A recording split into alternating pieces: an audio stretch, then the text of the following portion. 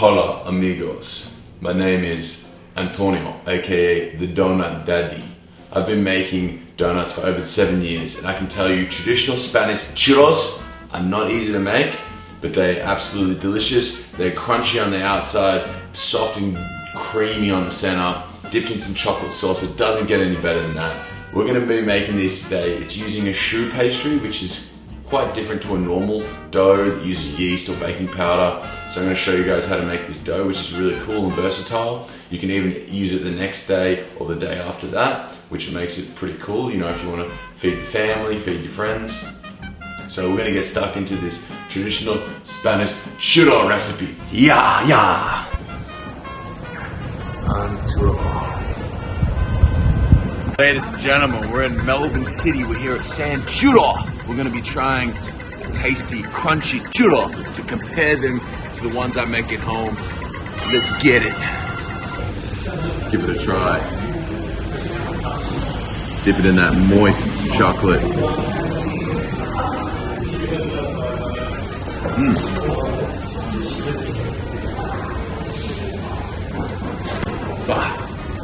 It's pretty good, but...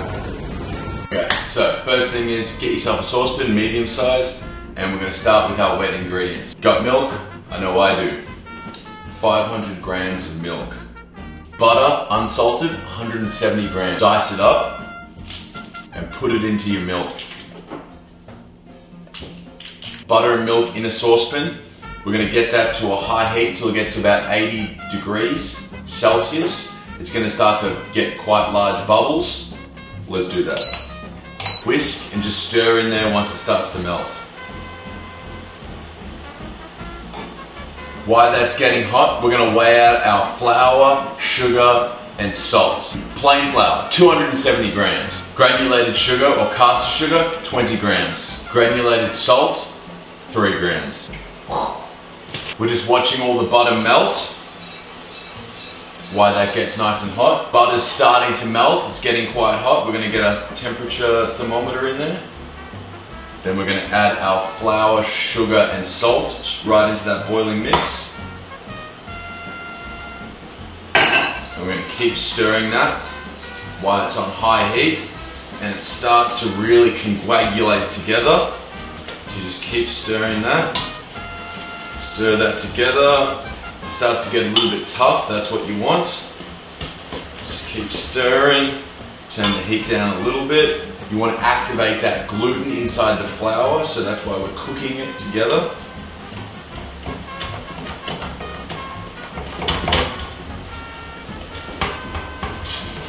Now what you want to look out for is the flour starts to form along the bottom of the pan when it's ready. So you just look out for that.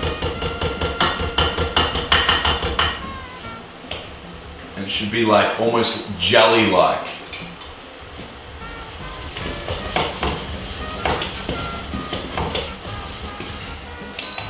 So I'm just putting my temperature in that right now. It's about 80 degrees, the dough. So that's how your dough should be looking. Nice and jello-like, just like that. It's about 80 degrees. And now we've got ourselves a benchtop mixer with a paddle attachment. So we're going to put that on there. We're going to mix that on slow until it gets below 50 degrees. Then we're going to start adding our eggs. 275 grams of whole egg.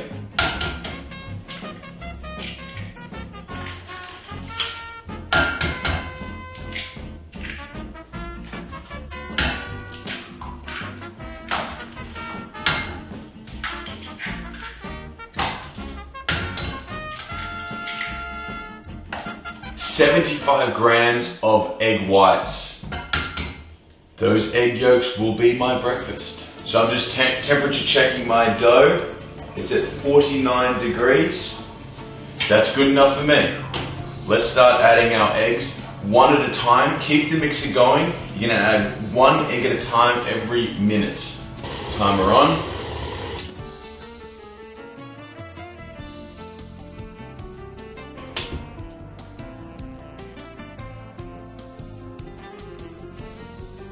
Make sure halfway through mixing this to scrape down the sides. You want to make sure it's all getting combined properly.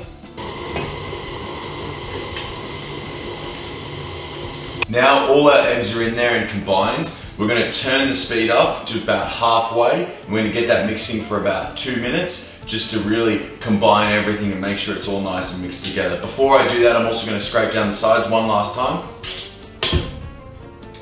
So our dough's ready. That's how it should look. Nice and silky and smooth. It's not too thick but not too thin. You definitely don't want it runny. If it's runny, you're not going to get that shape when you pipe it with a star tip. So make sure it's nice and thick like that. It holds its shape almost. If that hasn't happened for you, there may have been a problem in the recipe, or maybe you didn't have enough flour. So you're just going to make sure it's nice and thick like that, okay? Time to make the chocolate sauce. We're making a chocolate ganache, 1:1 ratio. 1 part thickened cream, 1 part dark chocolate, or any chocolate of your choice. Can be milk chocolate. I like the dark chocolate with the ganache.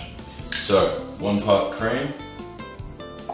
Turn that on high heat until it starts to boil vigorously. Once it's boiled, we're going to add our chocolate. So our cream's boiled. So we add our chocolate.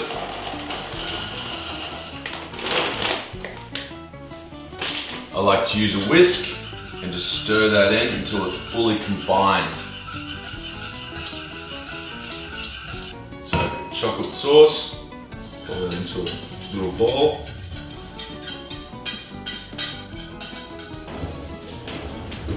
So now our dough is ready. We're going to be using a piping bag.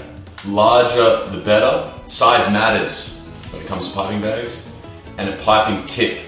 Now this tip is it's called number 7. I don't know, I have no idea. But all I know is just use one that's not too big because this does rise. If it's too thick also you're gonna have to fry for longer. So kind of like the thinner the better, but not too small because it just depends how big you want your churros. Your churros! So this is number 7. So anyway, we're gonna use that. Open up your piping bag. Get your tip down the middle. Cut the end. You want your star to come through. If your star shape doesn't come through, then you won't get that traditional churro look. So just like that. Got your tip through there. Now,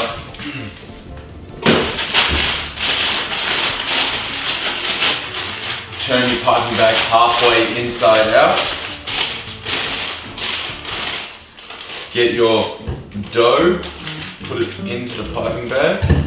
Get the air bubbles out by pushing a bit of dough out. Twist the end like that. Dough in the piping bag.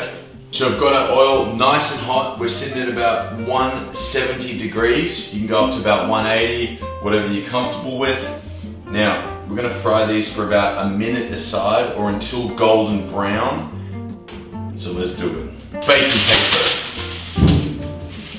Long pieces. Spray them with oil. Pipe your churro long ways. The longer the better. If it fits in your fryer.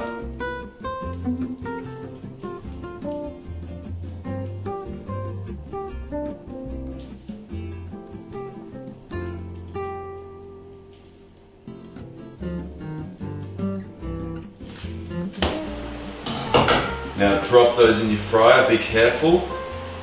You don't want to change the shape. Pair of tongs, get the paper out straight away. Timer on, minute aside.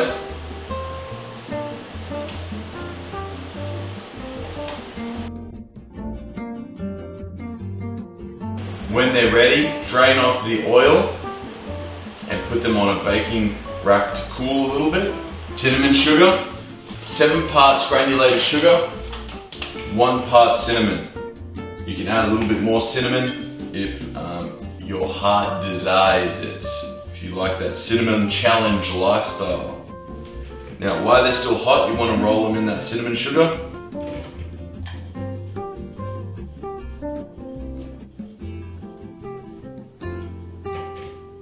So there you have your churro, chocolate sauce.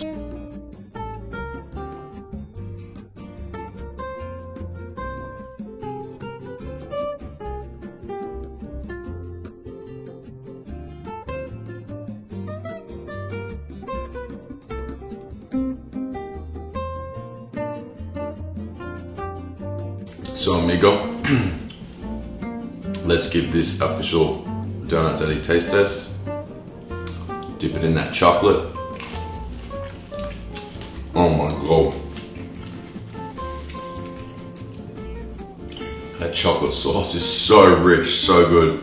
Crunchy, soft in the middle, just a touch of cinnamon sugar. It honestly, eating these fresh, it doesn't get much better than that. Just be careful because they're really good. So make these for your friends. You guys are gonna love this, all right?